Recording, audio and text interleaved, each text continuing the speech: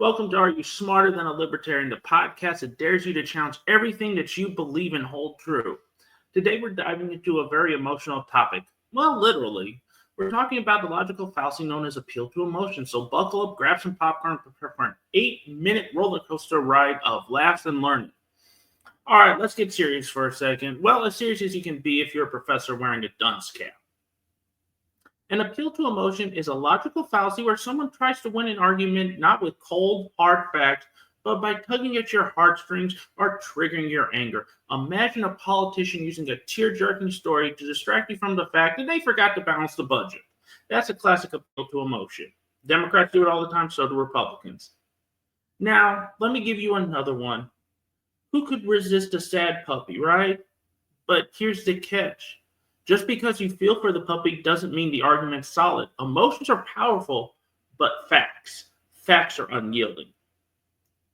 Let's bring this idea to life with a few examples.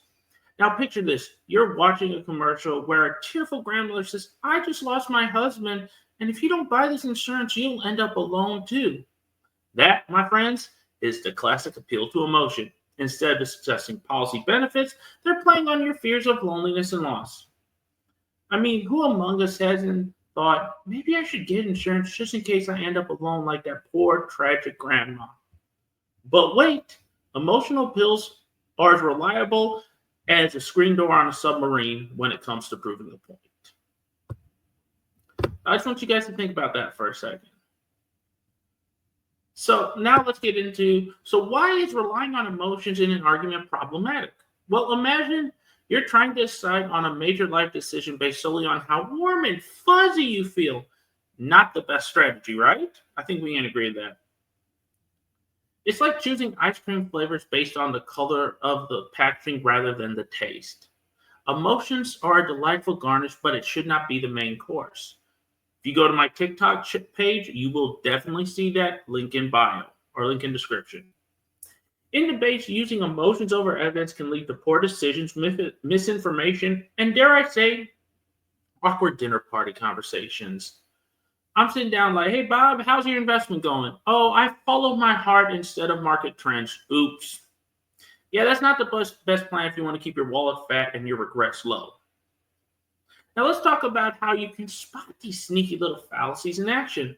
If someone's argument starts with, "You won't believe what happened to me," or "If you don't do this, imagine the horror," red flags, my friends. The trick is to ask yourself, am I being swayed by facts or by feelings? For example, we've all seen the AFPC commercials that show heart-wrenching images of suffering without explaining how donations actually help.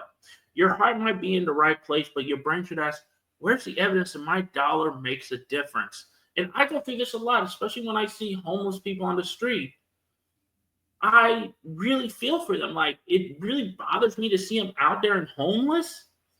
But at the end of the day, I have questions about where my money goes, and that is my logic overriding my heart. And most of the time we need to do that because we need to understand that in this world.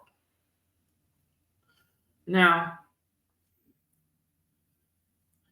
and like I said, I do this and I'm so bad at this sometimes. I fall into this trip, and we all understand that that's just how we are as humans. We're not robots. But when you catch someone using this tactic, or you yourself are using this tactic, don't be afraid to take a beat and go, hold up. When you're talking to someone else, can you show me the actual data here? Or is my first response emotionally driven and nothing else? It's like when you ask someone the question, like, show me the actual data, you're asking for the ingredients to the secret recipe. You deserve to know what you're being fed.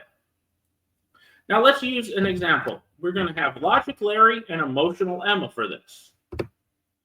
Logic Larry, picture him wearing glasses, holding a clipboard, your typical middle management person.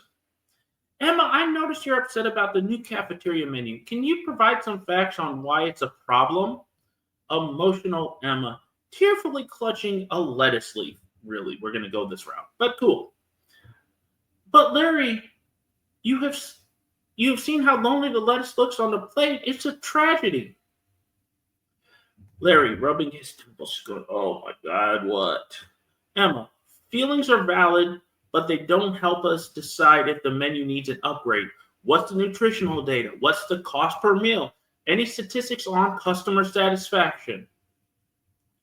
And then we got emotional Emma. She's sniffling and crying. Oh, I just got carried away by my empathy for the lettuce.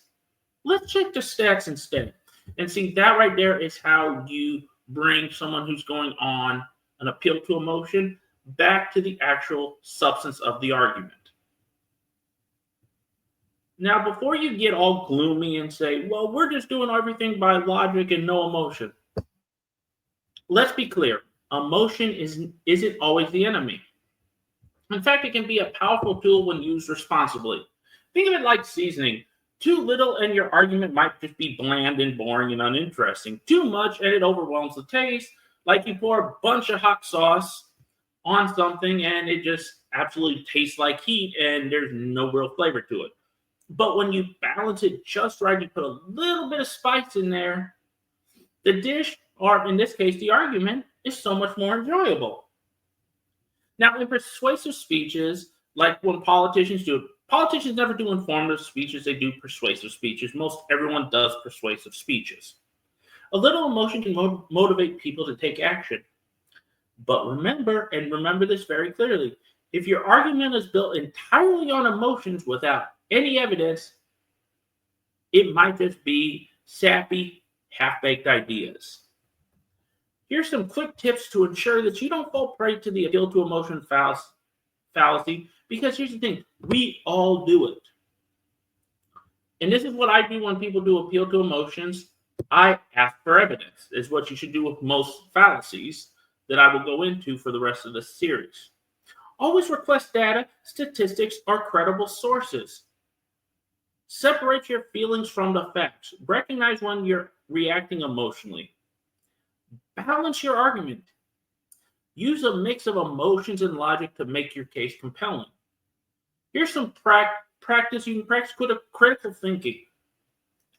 Question every claim. If it sounds too emotional without substance, dig a little deeper. Now that you know how to spot these in the wild and how to kind of bring it back onto the topic, you can follow these steps and you'll be well on your way to being the Sherlock Holmes of rational debates, minus the deerstalker hat. Unless that's the sort of thing you're into, early 20th century English fashion. That's fine. So, there you have it. A whirlwind tour of appeal to emotion, logical fallacy. Remember, while it might be tempting to let our hearts lead the way, our brains are the ones that should be in the driver's seat. Use emotions as a tool, but let logic be your guiding star.